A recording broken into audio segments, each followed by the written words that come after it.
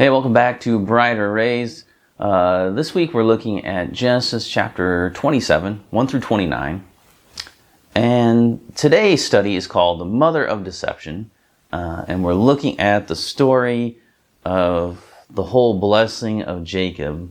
Fiasco really is what it is. And so let's take a look at this. So let's first look at the scheme here. Now, Rebekah overhears what Isaac and Esau are planning. So she's in the tent or somewhere, or maybe someone else overhears and tells her. Anyway, she hears what's going on. And she sets in motion a counter scheme. They have their own scheme, right? Isaac and Esau are doing this really against God's will.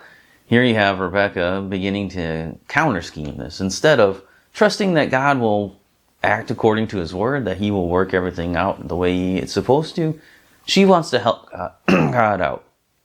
She wants to give God a little push here. So, this sounds familiar. It's because that's what Sarah did. The matriarch before her had done the same thing. So Rebekah knows that the promise of God, she knows the promise. God told her before Jacob and Esau were born what was going to happen. So she knows this already, right? She knows what's going to happen. Because God spoke to her. And God spoke to her concerning Jacob, but she allows her love for really her favorite son to kind of override this. It overrides her love of God, because if she really loved God in this moment here, if she's really following God in this moment, she would have been okay with what was going on, and it's kind of like, okay, how's God going to work this out? She did not have to come up with her own scheme. But Rebekah's goal is the same as God's, but she is willing to use deception to get it, right? She's willing to use lies to get there. That's the problem, right? She has the same goal as God. God said that Jacob would be the one who the blessings would go to, and that's her goal too, but she's willing to use lies and deception to get to it, and God does not approve of that. So that is the problem here. Not her goal. Her goal is good, right? It's how she's going to get to it. But God will accomplish his goals, and he doesn't need sin to do it, right? He doesn't need sin to do it. He will often use sin, the sinful actions of men, to accomplish his goals, but he doesn't need it. His goals will happen whether people sin or not. They shouldn't sin, and things would go a lot better for the people that are involved, but man has to take responsibility for his own actions. And he will, but God's plans will happen. So, Rebekah has good intentions, but a sinful follow-through. We've seen this several times already in Genesis. So, we see Rebekah's role here. She has devised this plan to deceive her husband and then tells her son to obey her. He's like, disobey me. But what does Jacob do? Jacob doesn't obey right away. He's not into the,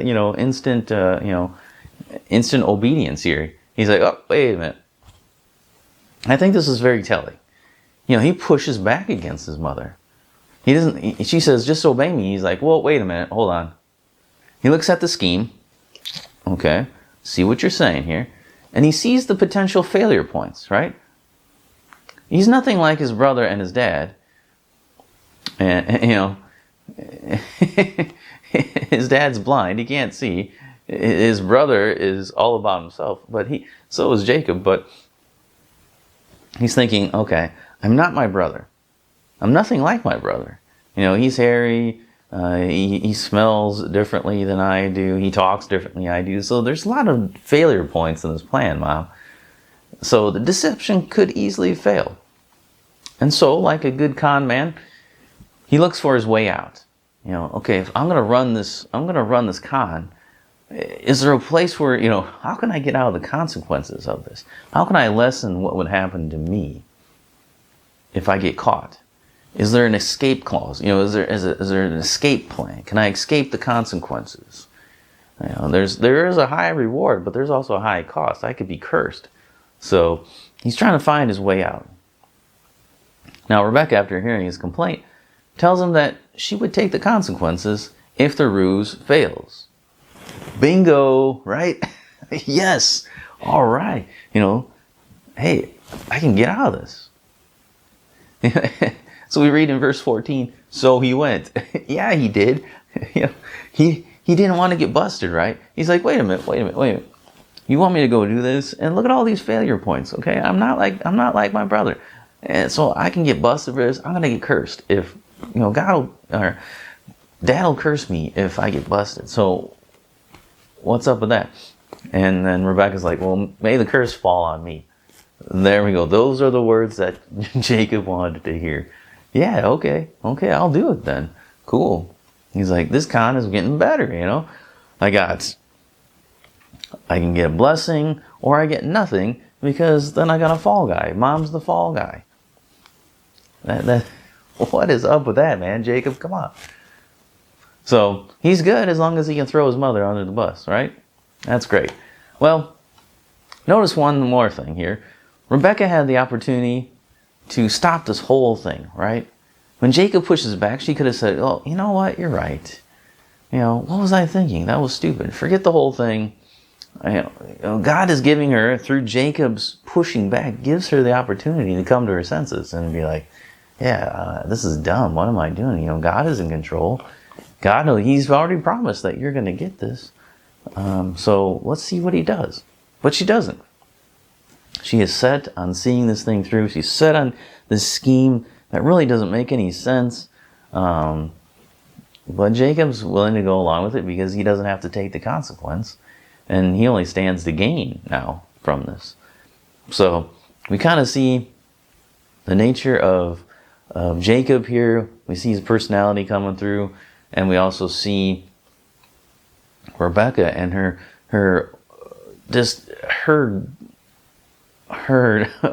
love of Jacob is more than her love of God right now, right?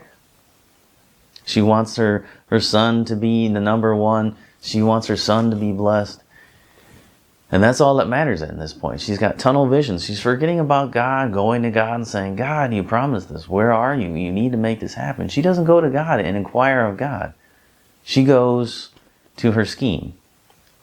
And so that's the problem. So we need to learn from that. If God has made promises, it doesn't look like his promises are coming true. They're not happening the way that the Bible tells us. Then we need to go and inquire of God. We need to pray and say, God, look at, this is what you promised. Where are you at? Look at the Psalms. There's a lot of Psalms that are like that. The Psalms talk about that quite often. You read those like, God, where are you? Are you sleeping? What is happening? Look at, you promised to rescue us from all our troubles, to save us from all our enemies. And the enemies are coming. They're knocking at the door. Where are you? Are you going to save us? What's going on? Wake up. Let's go. So you have those Psalms and you're like, wow, okay, these people are pretty bold, but that's what is required in these situations. That's what you're supposed to do. When you get to the place where it's like, I see Isaac is going to bless Esau, but the blessing has to go. You said that the blessing is going to Jacob. God, where are you? That would have been the right response. Not coming up with a scheme, trying to figure out things, how to lie about all this and try to get things to work out in your favor. That's the wrong answer. So remember that. Prayer is the answer. Not trying to make schemes, not trying to figure out yourself. You got to go to God in prayer, inquire of him and say, hey, guess what? You promised this and it's not happening. What's going to happen here? You need to do something because I can't do anything and I know I shouldn't be doing anything. So you need to act, God. And then be okay with that. You got to be okay with that because Rebekah obviously wasn't okay at this point with just letting God work things out in his time and in his ways. She wanted them to be worked out in her time and through her ways. So learn that lesson. Think about that when next time you see those things kind of happening in your own life. And, do the right thing there. Because we're going to see later on what the consequences are for Rebekah's actions, for Jacob's actions, and really for Isaac and Esau too, but really for their not trusting in God that he's going to work it out the way he said he would. All right, so come back next time and we'll take a look at the next part of the story here in verses 14 through 25.